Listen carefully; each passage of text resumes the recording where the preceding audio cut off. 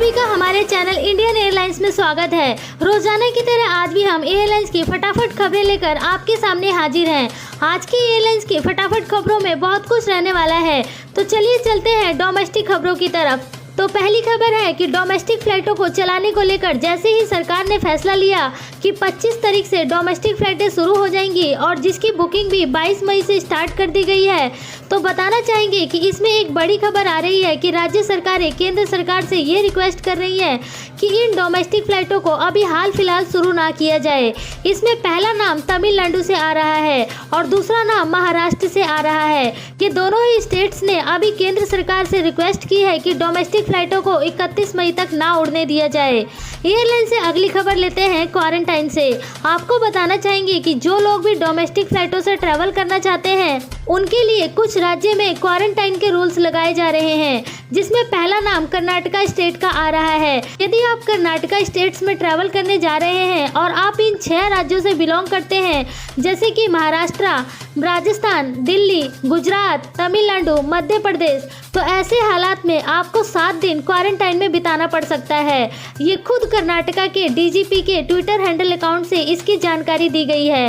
Airline से अगली खबर लेते हैं दिल्ली एयरपोर्ट से। आपको बताना चाहेंगे कि दिल्ली एयरपोर्ट से जो भी डोमेस्टिक फ्लाइटें इस समय ऑपरेट होने वाली हैं वो सभी टर्मिनल 3 से ऑपरेट होंगी। टर्मिनल 3 को ही इसलिए चालू किया जा रहा है क्योंकि टर्मिनल 3 यात्रियों को हैंडल करने के लिए पूरे तरीके से तैयार है, और इसके अलावा यदि फ्लाइटें केवल एक ही टर्मिनल से ऑपरेट होंगी तो यहाँ पर पैसेंजर्स को मैनेज करने में एयरपोर्ट स्टाफ को काफ़ी मशक्कत नहीं करनी पड़ेगी। अब नज़र डालते हैं इंटरनेशनल खबरों की तरफ। तो पहली खबर लेते हैं रेगुलर इंटरनेशनल फ्लाइटों को चालू करने को लेकर। आपको बताना चाहेंगे कि कल हरदीप सिंह पुरी ने फेसबुक पर लाइव सेशन के दौरान ये बात बताई कि यदि हालात सामान्य रहे और कोरोना के बढ़ते हुए केसेस हमारे कंट्रोल में रहे तो हम रेगुलर इंटरनेशनल फ्लाइटें भी जून के मिड में या फिर जून के एंड में स्टार्ट कर देंगे। आपको बताना चाहेंगे कि दूसरी प्राइवेट एयरलाइन कंपनियों को भी परमिशन मिल चुकी है कि वह वंदे भारत मिशन के तहत इंटरनेशनल फ्लाइटें ऑपरेट कर सके, जिसमें इंडिगो के लिए कुछ 97 फ्लाइटों की लिस्ट भी जारी की जा चुकी है कि ये कौन कौन से देशों से उड़ान भरेगी।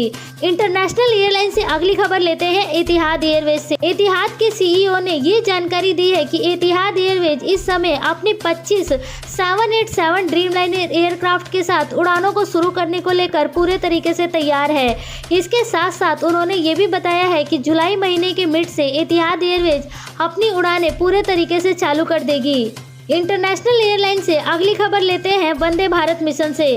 वंदे भारत मिशन के तहत देश के सभी राज्यों के लिए फ्लाइटें उड़नी शुरू हो गई हैं, जिसमें बीते कल पहली बार एयर इंडिया की फ्लाइट न्यूयॉर्क से चंडीगढ़ में लैंड हुई और जिसमें तकरीबन 100 पैसेंजर्स आए थे, जिसमें 60 पंजाब के, 12 हरियाणा के, 16 हिमाचल प्रदेश के और 10 चंडीगढ़ के रहने वाले थे।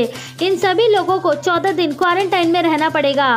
फ्रेंड्स, आपको बता दें कि अब वंदे भारत मिशन में फ्लाइटें और भी कई लोकेशन से चलाई जा रही हैं, जिसमें आज यानी 24 तारीख से देश में आने वाली फ्लाइटों की लिस्ट इस प्रकार से है।